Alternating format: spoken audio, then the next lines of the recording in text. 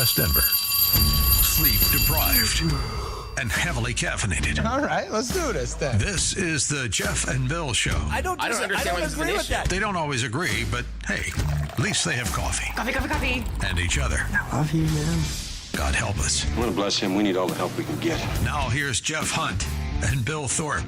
The Jeff and Bill Show on News Talk 710 KNUS. It's 9 a.m. in the Mile High City on this Wednesday, June 25th, 2025. Good morning, Denver, Colorado. You've tuned into the Jeff and Bill Show. News Talk 710 KNUS. Got an absolutely jam-packed hour. We're going to get right to the news because we got Lora Thomas in studio, former Douglas County Commissioner, and then Debbie McElhinney is going to be joining us with the American military family later in the show. So, jam-packed. Let's get to it. Now it's time for News and Comment with Blake Olson. Blake Olson. Blake Olson, News and Comment. Good morning. It's Wednesday, 67. And partly cloudy in Denver, expecting a high of 80 today. The 710 5-day forecast coming up. Our top story. I mean, we may do papers on it, Marco. Maybe we're going to do papers. I don't even know if you need them. They're not going to be fighting each other. They've had it. They've had a big fight, like two kids in a schoolyard. You know, they fight like hell. You can't stop them. Let them fight for about 2-3 minutes. Then it's easier to stop them. And then Daddy has to sometimes use strong language. You have to use strong language. Every once in a while you have to use a certain word. DJT with the NATO Secretary General. He said Daddy has to use strong language sometimes. And 47 dropped a rare F-bomb yesterday, and it worked. DJT said that Israeli intelligence shows immense damage was done to Iran's nuclear facilities with U.S. strikes. Trump said no one can get into the tunnels where the nuclear sites were, as they are now completely collapsed. The president said the U.S. pilots were brave and completed the mission without issue. This morning at the press conference in the Netherlands, the entertainment returns. Questions, please? Wow. That's a lot of questions. Who's a nice person? Oh, you're not a nice person, but I'll let you ask one. Go ahead. What's he going to ask? He is not nice at all. I know him well. Thank you, Mr. President. Yeah. Thank you for taking the time before flying home. You just said you believe the conflict between Israel and Iran is over. What makes you so confident it is? And what do you do if it isn't? Because I dealt with both, and they're both tired, exhausted. They fought very, very hard and very viciously, very violently, and they were both satisfied to go home and get out. According to CNN, the 47 administration ready to throw out asylum claims and speed up deportations for hundreds of thousands of illegal immigrants. Meanwhile, a vice mayor in Southern California is being investigated. On social media, she's calling out gang members to claim their turf with ICE and come out and help instigate, create chaos. Come on, where are you gang members when we need you? I want to know where all the cholos are at in Los Angeles. 18th Street, Florencia. Where's the leadership at? Because you guys are all about territory, and this is 18th Street, and this is Florencia. You guys tag everything up, claiming hood. And now that your hood's being invaded by the biggest gang there is, there ain't a peep out of you. Cynthia Gonzalez says, come on, get out here. Cholos, get out here. Come on, we need you. Get your leadership straight. Get those meetings have got to be more organized. Douglas County voters are soundly rejecting the push to become a home rule county in Tuesday's special election. Kelsey Alexander, former chairwoman of the Douglas County Republicans, says it was made clear they don't want this change. I think the public in Douglas County is very smart. I think they saw through it and they voted no. Preliminary results show more than 70% voted no on forming a home rule commission and establishing a charter. Opponents of the measure celebrated, saying people from all political backgrounds united to stop what they called a power grab. Here's George Teal, Douglas County Commissioner. I didn't hear from them that they don't want to have the conversation. I heard they need more time. I heard they need more information. I'm not going anywhere. I will be here to provide that information as much as we can. Congresswoman Lauren Boebert on with Jeff and Billy this morning, talking gray wolves and delisting them in Colorado. That's one of her priorities. Delisting them from the Endangered Species Act doesn't directly and immediately help Colorado. However, it does allow our neighboring states to take action when this predator crosses those arbitrary boundaries and goes into their states and their areas. The gray wolf has bounced back and forth on and off the Endangered Species Act, even through as far back as Obama. They said that we need about 600 gray wolves for it to be considered fully recovered. Well, we have about 6,000 gray wolves. Funny how Obama enters the discussion on wolves, one of the greatest wolves in sheep's clothing in the history of the United States. A 37-year-old DoorDash executive has been identified as one of the 8 people who died after a boat capsized on Lake Tahoe over the weekend. Most of the people who died last Saturday afternoon were in their 60s and 70s. This was horrible. The boat capsized near the city the of weather Salt was Lake. crazy Yep. that came up. Oh, man. Looked like it got hit by a Happened tornado quickly. or something. Sure did. I mean, it was a beautiful day, and then boom, just hit, man. And I have been in a situation like that just last year. Oh, my God. It just turned to a thunderstorm. You're out in the middle of the lake, and, man, you got to get to the shore. Oh, that is frightening. So, wow, sad story there. Zoran Mamdani is set to be the Democratic candidate for New York City mayor. Mamdani, a Democrat commie socialist, will give New Yorkers higher taxes and social workers instead of police. On the subject of trust, you've adopted different speaking accents in different scenarios. But they go to their local bodega. Is there one that's real and one that's affected?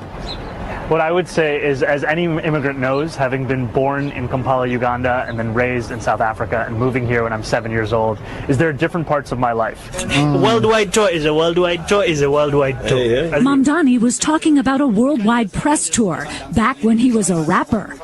Bring the flavor to the fish, bring the flavor to the rice. It's gracious. Well, at least he doesn't say, oh, wait, what was it? I don't know. No ways. I'm no ways tired. What did Clinton say? I can't even remember now. But Hillary. Yes. What did she say? She started speaking. Now in I the can't even black remember. She said I'm no ways tired. What am I thinking? But anyway, hopefully he doesn't do that. But what a nightmare. Hopefully he doesn't win. For the sake of New Yorkers. 66 in Aurora, 64 in Boulder, 67 in Denver. Jeff and Billy continue. Blake Olson, News Talk 710 KNUS. It's likely going to be another active day of thunderstorms along the Front Range and Eastern Plains. And again, a few could become strong to severe. Temperatures is 70s and low 80s. Thunderstorms rumbling through the evening, then ending lows 50s. Warmer and drier. 80s Thursday, 80s and 90s Friday, and sunny to partly sunny. Thunderstorm chances do return by the weekend, especially by Sunday. Weather sponsored by Colorado's Best Roofing, reminding you to protect your home from the harsh Colorado weather and schedule your free no-obligation roof inspection today at roofingcolorado.com. That's roofingcolorado.com. Meteorologist Don Day in the 710 KNUS Weather Center.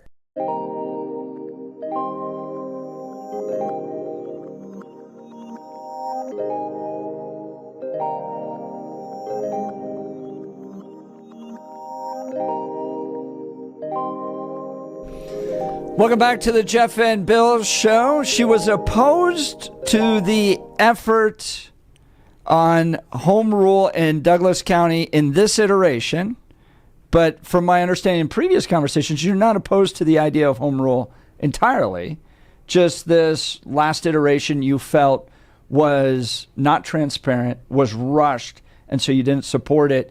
Did I get that right? Lora Thomas, live in studio. Thank you, Jeff, for the opportunity to be here. Actually, in 2023, the commissioners with then County Attorney Lance Ingalls went through home rule. And I frankly did not see any benefit for Douglas County to do home rule. So you're opposed to home rule in its entirety ever for Douglas County? I just don't see a benefit for the taxpayers. Gotcha. Okay, so it fails yesterday. It did. In a big way. Huge. 71% opposed. Right. I mean, that's not just a squeaker. That's not like, oh, gosh, we should have just done a little bit better That's a in shellacking. phone calls. Right. Give us your read. What happened last night? Jeff, what happened last night was a shellacking. And what happened is the voters in Douglas County, even though it was a $500,000 special election in the middle of the summer, rushed 3 months' notice. The grassroots got energized. They sent a message to these 3 commissioners that you are not going to steamroll us. We are paying attention to what you are doing, and you are not going to pull the wool over our eyes. Now, looking at the numbers, I'm looking at not just the turnout, which was about a third of the registered voters. It was a little less than 30% of total registered voters. It was 94,000 voters. The presidential election just a few months ago brought out 248,000 voters. So it's almost like a third of that turned out for the presidential. And then I'm looking at the people that were selected. So to understand what happened yesterday was the first question, should we be a home rule county or not? Should we form this charter committee to go out there and create a charter? Yes or no? And then who should be on this charter committee? It also gives us insight as to the reaction that happened yesterday. Strong Democrat support. I point to the at-large commissioners for this charter. Angela Thomas got the most votes. Now, help people understand who Angela Thomas is. So people get Angela Thomas and Lora Thomas confused. Angela Thomas was the chair of the Douglas County Democrats in 2022 when the Democrats took over House District 43 and a Democrat now runs that seat, Robert Marshall. So Angela takes credit for being in charge of the Democrats in Douglas County when they've won their first Democrat seat. And then Angela was the candidate who ran against George Teal for county commissioner last year in 2024. And lost that race. But then if this had been successful, she would have been put on the charter commission and won. So was last night a Democratic victory in Douglas County? I do not see this as a Democrat victory. I see this as a huge Republican failure. The Republican Party is supposed to get Republican candidates elected. It's supposed to support things like lower taxes, smaller government, individual freedom, personal responsibility. And the Republican Party in Douglas County has strayed from that. When they got involved in this home rule disaster, even Dick Wadhams wrote a long column explaining that if this went down like it did last night, the Douglas County Republicans were responsible for it, and it's their failure. If Republicans want Republican government, they need to attract voters by talking about issues that are impressive to them. Telling people we are going to write a charter that puts our values into the charter, so if Democrats take over the county, we still have Republican values in the county. That's not how you win hearts and minds. Why do you think that didn't work? I mean, to Republicans, that sounds like, well, sure, I want to protect Douglas County from a radically progressive state legislature. So in your mind, why doesn't that message connect with Douglas County voters? Because it wasn't true. Home rule does not allow a county to tell the state, we don't like that law, we're not going to follow it. There were lots of opportunities. There was the chair of the political science department in Metro did several visits and says, you can't do that. There was an email going around from the Attorney General's office that said you must follow state law. The Constitution, Weld County lost a critical Supreme Court case this year when the Supreme Court says, Weld County, I know you're a home rule county, but you must follow state law. So people were engaged. They figured out the truth. Gotcha. So you think that the proponents of this, George Teal, Abe Layden, Kevin Van Winkle, said things that weren't true about home rule, and people saw through it, and that was part of the rejection? That was part of the problem. And throughout this, Douglas County had their county attorney, Jeff Garcia, going around the county telling people, hey, we don't have to follow state law. So I think part of the problem is there's an incompetent county attorney that needs to be addressed as well. That's Lora Thomas. She's a former Douglas County commissioner. She was opposed to home rule. Last night, the election results, home rule going down 71% to 28% in Douglas County. Well, you've run and you've won in Douglas County. You've run and you've lost before in Douglas County. What do Republicans need to do to ensure Republican control in Douglas County? Is this a harbinger of the fact that, or the belief that maybe Democrats are gaining control in Douglas County? What do you think?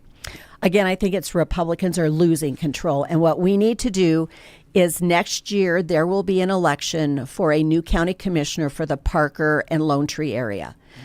The Republicans need to find a candidate who has a proven track record of governing well, of listening to the public and knowing that his or her job is to represent the public, not to institute his or her will. And so we need to start finding candidates and supporting candidates that will do our work into the future, not their own. Now, last night, Shad, the chairman of the Democrats here in Colorado, claiming a lot of victory to what happened yesterday in Douglas County and his turnout operation. I don't live in Douglas County. Did you see Republicans out there? Did you see Republicans pushing their agenda with home rule as effectively as Democrats were? Do you think it was a turnout issue? I have to tell you, I have been involved in lots of campaigns over the years. Yeah. And because I was part of the nonpartisan No on Home Rule operation, I was amazed at how the Democrats were organized and how they were able to get their message out. They worked hard. It was impressive. Yeah. And so in your mind, then, it's a combination of both message and operations that the Republicans are not doing well at in Douglas County. They're polling in and almost being too partisan on the values side, not getting back to some of the basics on lower taxes, lower regulations that appeal to center-right Colorado voters. And then operationally, the Republicans in Douglas County are not where they need to be. I think that's true. The Douglas County Republican Party is very divisive. I was just looking at, I posted last night that this was a great win for the citizens of Douglas County. And a very vocal Douglas County Republican posted something really nasty on my page. And that's the kind of stuff that people look at and think, I don't want to be a part of that.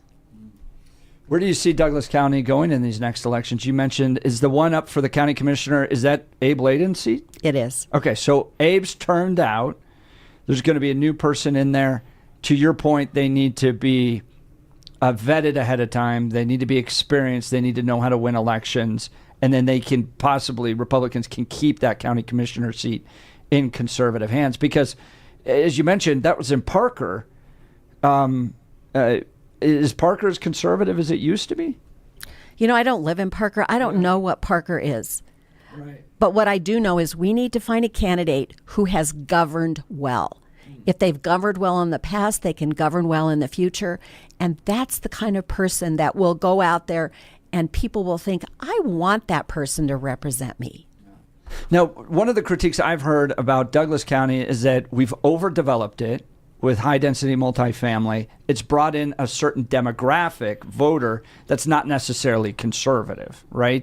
And so it's becoming more city, less rural. And as it becomes more city, it's getting more Democrat. From your perspective, does the housing development, the multifamily, the increased population of Douglas County contribute to the equation, the formula that it's now becoming bluer than it used to maybe 20 years ago? You know what, before we answer that question, we need to ask ourselves, do we believe in private property rights? Mm-hmm. And if a property owner wants to develop their property and it meets what the comprehensive master plan allows, if we're Republicans, we want to support private property rights. And so we need to support those kinds of developments. And again, the Republican Party needs to be, when I first got involved in the Republican Party, when there was a new development, we would go out and knock on doors and tell people, hi, my name's Lora, I'm a Republican. I'd like to invite you to be part of our organization. And I don't know if they do that anymore, but this has got, what I learned in this campaign, Jeff, is it was person to person. The amount of door knocking that went on was amazing. The amount of phone calls that went on, that was how this election went down, was because of those personal contacts. And I think that's what we've missed. That's Lora Thomas. She's a former county commissioner from Douglas County. She was against home rule going down in big numbers yesterday. Feel free to join the conversation. You can text us at 720-819-5115, 720-819-5115, or give us a call at 303-696-1971. Laura, what do you think that the current county commissioners, George, Abe, and Kevin, should learn from last night's results? Wow. You know, for a long time, we all have seen the commissioners shutting down commissioner citizen comment. And even at one of the town halls, Layden told deputies that they were going to have to, could get involved because people were demanding answers. These commissioners need to start listening to the people they represent. This isn't about the agendas they want to get done. It's about representing the people who elected them. And that's where they need to turn around what they're doing and start engaging with the public. Strong words from Lora Thomas, former Douglas County Commissioner, upon yesterday's vote on home rule. So where do you think the county goes from here? Do you see those county commissioners adjusting like you mentioned? Do you think they'll dig in their heels? Do you see continued divisiveness within the Republican Party? Do you think this might be a wake-up call for Republicans to maybe drop some of the divisiveness and get down to just bare bones winning elections and doing what's necessary to make sure there's more R's than there are D's? Because we've got school boards coming up. We've got some big elections coming up. What do you think is going to happen this November? So there was an absolute repudiation yesterday for the Douglas County Commissioners and the Republican Party. That needs to be turned around. But yet last night I saw video of Teal saying, we didn't give the voters enough time to learn about home rule, so we're going to bring it back. Well, George, you are the guys who shortened this up to a 90-day runway. That was on you. Even last night, he said he's bringing it back. This morning on another radio station, I heard him say he's bringing it back. People don't want it brought back. And there's a state law that says there has to be a year cooling off period before it comes back. I have yet to hear them own this decision and say, wow, we made a mistake. We did not represent our public, and we're going to do better in the future. Lora Thomas, former Douglas County Commissioner, joining the Jeff and Bill Show upon the vote yesterday with home rule. Do you see other areas wanting to pursue home rule after this? Do you think it sent a message to other counties? You know, we heard the commissioner saying, boy, counties are calling us and they want to join us. But there was a really interesting video out there from the Teller County commissioners. A citizen came to them and said, we want you to do home rule.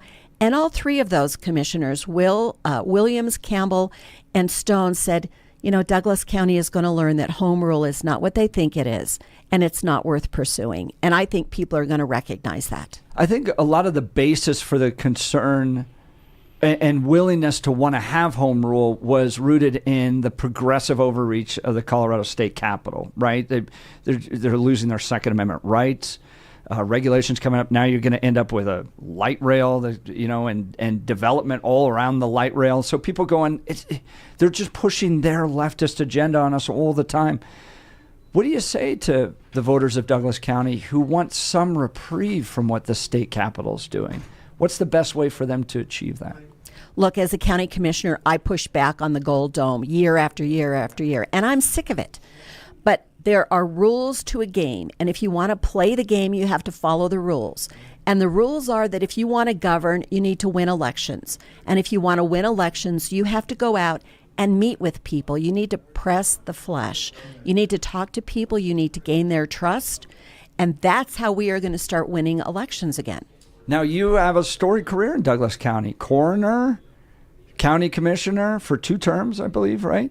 So what about your future? Where do you see yourself going after all this? You know, I've been looking forward to some retirement time. I was with State Patrol for 26 years. I was a state trooper in Douglas County for 7 years. I love Douglas County. I bought my house when I was a major in Durango. That's how much I believed in Douglas County.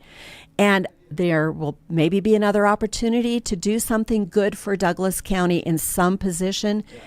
And that's what I think I did in this election. I helped people understand what commissioners can already do. They don't need home rule to lower our property taxes. So when God's ready for me to do something, I know I'll find it out. So it's not totally off the table. You're not into retirement. If something opens up, Lora Thomas will be back looking to serve the good people of Douglas County. Well, thank you for taking time to come in, join Bill and I, and give us your reflections on yesterday's election in Douglas County. Thank you so much. Thank you. Again, this victory belongs to the people of Douglas County. 30% showed up to vote yesterday. That's huge. Yeah. Wow. All right. Thank you. We'll continue. You're listening to The Jeff and Bill Show. This is Denver's Talk Leader, News Talk 710 KNUS.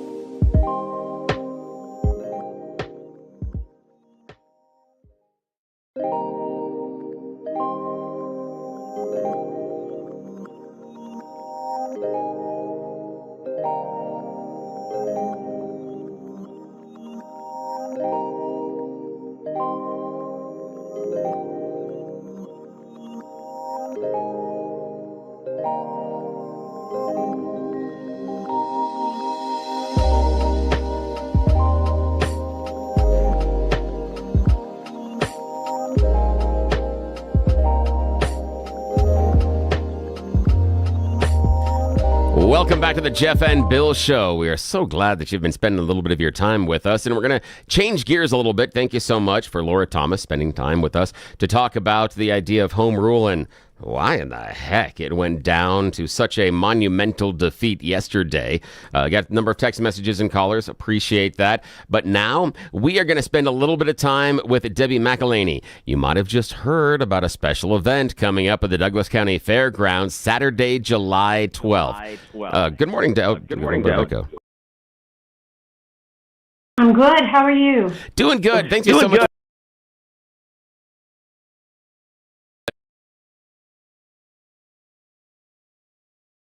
Celebration that is going to take place starting July 11th.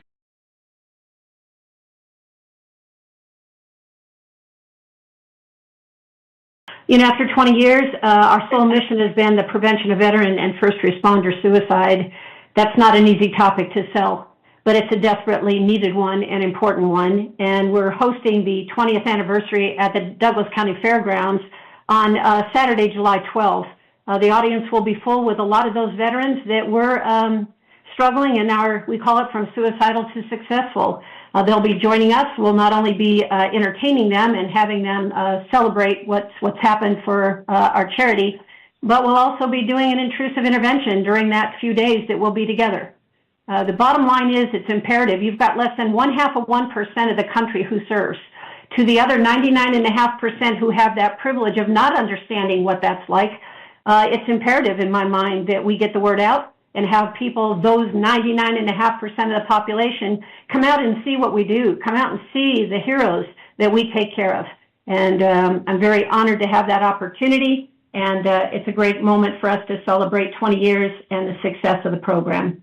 So I'm excited. That's Debbie McElhinney, founder and CEO of American Military Family. Now, they're hosting their 20th year celebration coming up July 11th and 12th at the Douglas County Fairgrounds. We highly encourage you to go out there, hang out with them. There's going to be a raffle. There's going to be a silent auction, a live auction. Special guest out there, Congressman Jeff Crank is going to be there. Also, there's an MC. You might have heard his name before. This guy, Stefan Tubbs. Yeah, spent some time here on KNUS and now working with the Drug Enforcement Administration. He's going to be there. John Teagan is presenting an Apex AR-15 rifle to be raffled off. So there's a lot of really cool things. Again, this is the Douglas County Fairgrounds, Saturday, July 12th. There's also an event going on Friday, the 11th. You can check it out online. American Family Military. We'll give you the website here in just a bit. AmericanMilitaryFamily.org. Thank you. I missed it. AmericanMilitaryFamily.org. Now, Debbie, what I want to know from you is talk to us about the foundation of American Military Family. Why did you create this organization, and can you tell our listeners about what you do? Well, it's actually kind of crazy, but at the end of the day, I started the charity in honor of my brother who served in Vietnam. Hey, Debbie, hang on a second. I've got a bit of an echo here. Hang on here. I'm going to see if I'm going to bring it down in a second. I'm going to try this.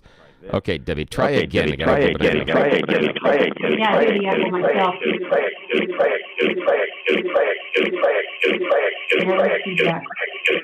It's like one of those mirrors. Yeah, I'm that stuck just, in a loop you there. can see it forever and ever. Yeah, it this goes is up. not okay. Tell me, this is silly. Okay, we've got an echo going on here, Debbie. What I'm going to do, Debbie, is hang out with me for a second. Jeff, I'm going to need you to maybe read a live or something. I'm going to see if I can find a different way to connect with Debbie. Hang on a second. Okay, great. And this is so important. It's worth figuring out the technical issue. All right, let's talk L&L heating and air conditioning, guys.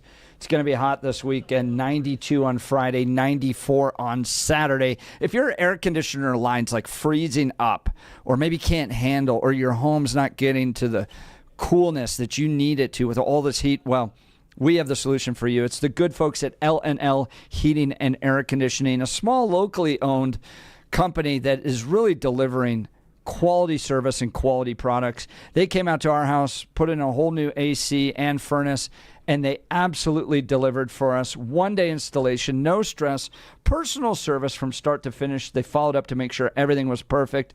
Our home, totally comfortable no matter what the weather. And with L&L Heating and Air Conditioning, we even got more peace of mind. Listen to the deals they got going on. A free programmable thermostat or carbon monoxide detector with new furnace or air conditioner installation. no emergency charges, a $0 trip fee, price match value guarantee on equipment, free estimates, licensed and insured, and a 5-year labor warranty. Everything works great. Our family couldn't be happier. So if you're looking for fast, honest, and reliable service, I highly recommend L&L Heating and Air Conditioning, 720-851-1691, online at bestdenverhvac.com. bestdenverhvac.com. I'm sure glad we called him. That number again, 720-851-1691. Billy, take it away. Yeah, thank you Debbie. so much. I think we figured it out with Debbie McElhinney. We're talking to Debbie. She's the founder and CEO of American Military Family. And the reason that we're joining her today is because they have a fantastic 20-year celebration coming up Friday, July 11th and Saturday, July 12th. It's happening at the Douglas County Fairgrounds. Now listen, Brian Talley, a USMC veteran, national veteran advocate, is going to be there. He's the creator of the Tally Bill. Ray Cashcare, former Navy SEAL peak performance coach, going to be there. We've got John Tig of Benghazi fame, local hero. He's going to be there auctioning off an Apex AR-15 rifle. I've heard this guy, Stefan Tubbs. I don't know. I've heard of him somewhere. He's going to be there being the MC. So KNUS is really happy to get this opportunity to share with you what the great work an American Military Family is doing. So Debbie, when we were interrupted by that really weird echo thing that was happening, we were talking about how American Military Family was created. How did it come into being? You're the founder and CEO. What was it that God had placed on your heart that you're like, this is a mission, this is what I'm called to do, I need to found this organization? Tell us about that journey. I appreciate it very much, you guys. Thank you. You know, the bottom line is it started for me during the height of the Iraq War. My brother and his friends went to Nam, and they went to Nam. They just never really came back home. They were alive. They just never came back home. I've been estranged from my brother for a lifetime. I wanted to start a charity to do something. You know, you have less than 0.5% of the population who serves, and respectfully to the other 99.5% who have that privilege, they need to understand what it's like to have those American heroes, our veterans, first responders, and their families, the kind of price they pay. And so we started out early. We were blessed to have the initiative for the Colorado Support the Troops license plate. Took a couple of years of our time to get that initiative passed, but at the end of the day, we were awarded the bill. And to date, that bill has raised over $500,000, with 93% of every dollar going directly back to the Colorado military and their family. You know, it was important to me to see that welcome home, that thank you ribbon, because they never got that thank you.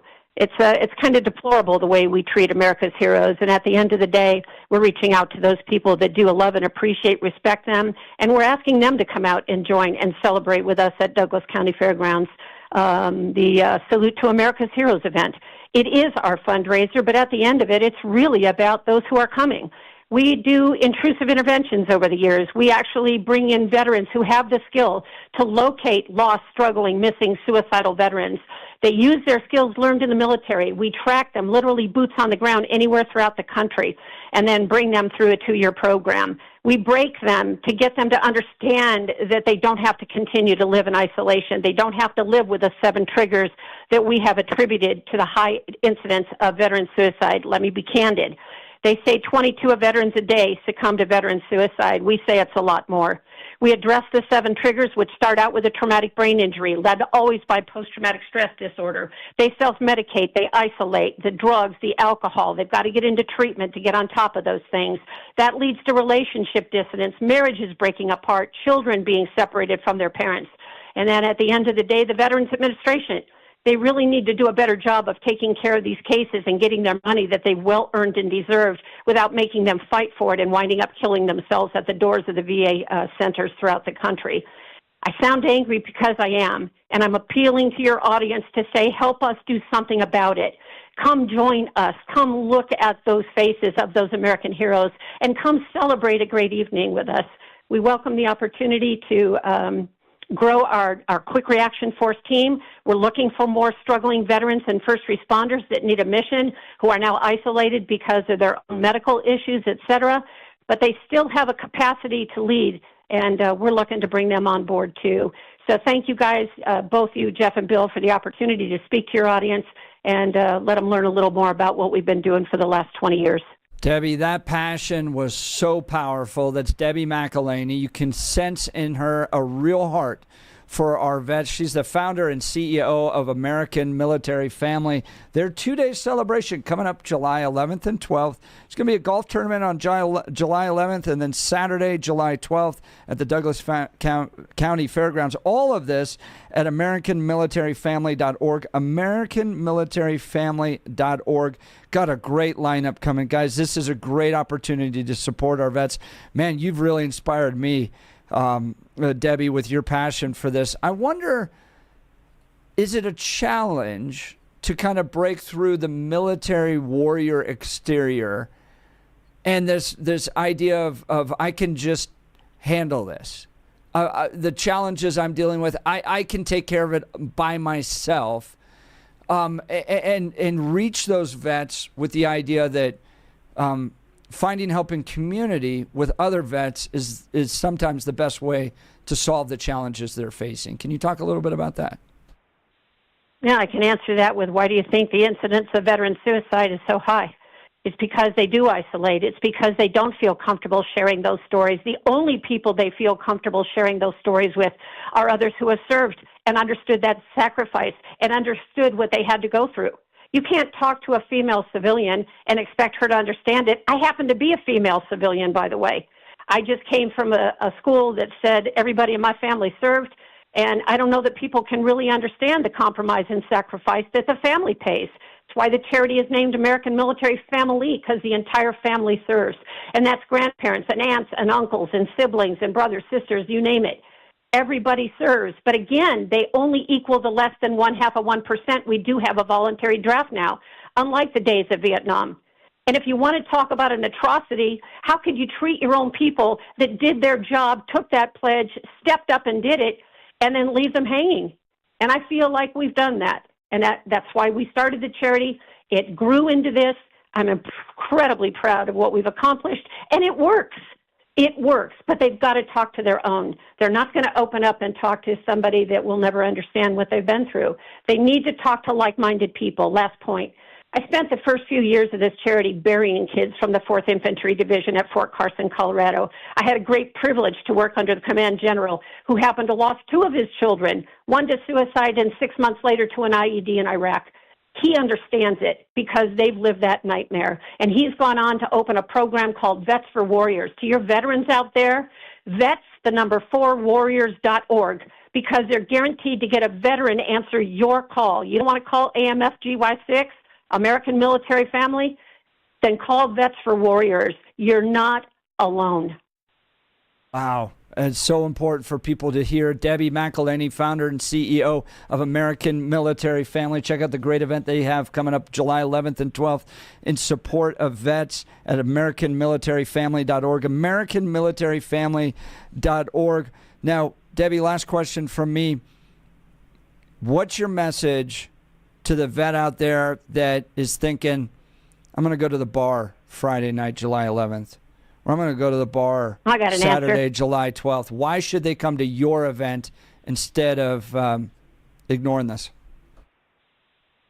So I can tell you 3 weeks ago, and I want everybody to listen to this true story. 3 weeks ago, one of my veterans that we've been working with for many years was struggling, and he kept fighting to get the help. Married, 14-year-old daughter.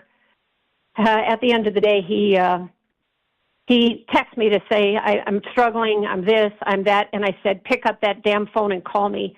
I need to hear your voice. And he wrote back, I can't.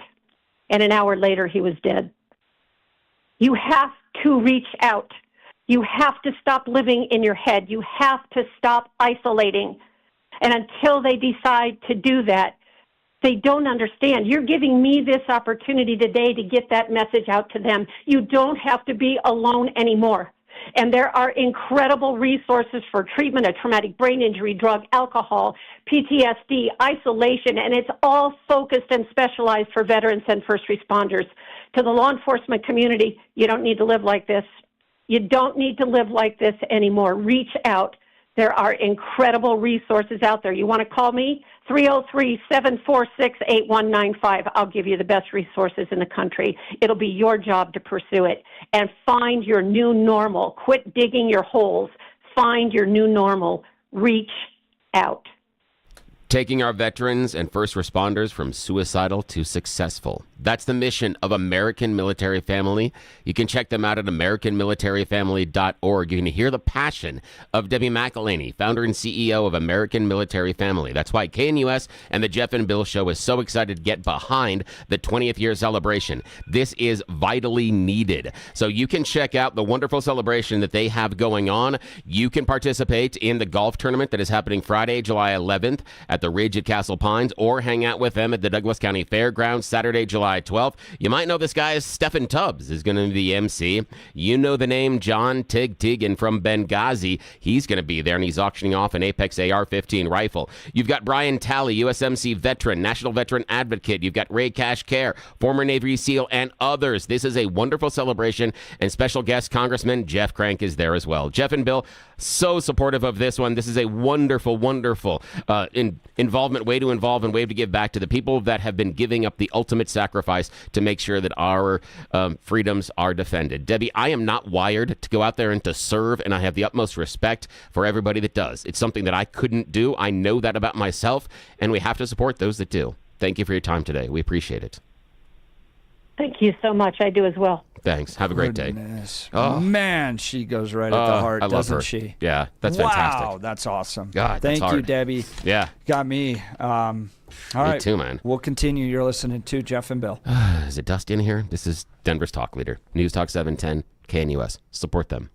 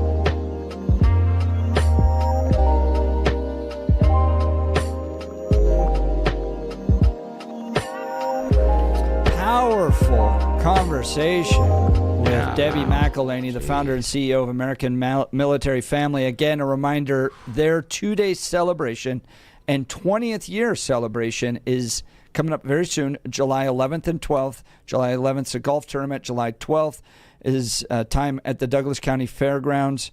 Special guest Jeff Crank will be there, as well as former Navy SEALs, military Marine veterans, former Navy SEAL peak performance coach Ray Cash Care, and then John Tig Teagan. I like him. Yeah, and some Good talk guy. show host guy. And now then works Stephen with the Tubbs. Drug Enforcement Administration. Yeah, he's going to be there. And again, DAA check out tickets. now. Check out tickets at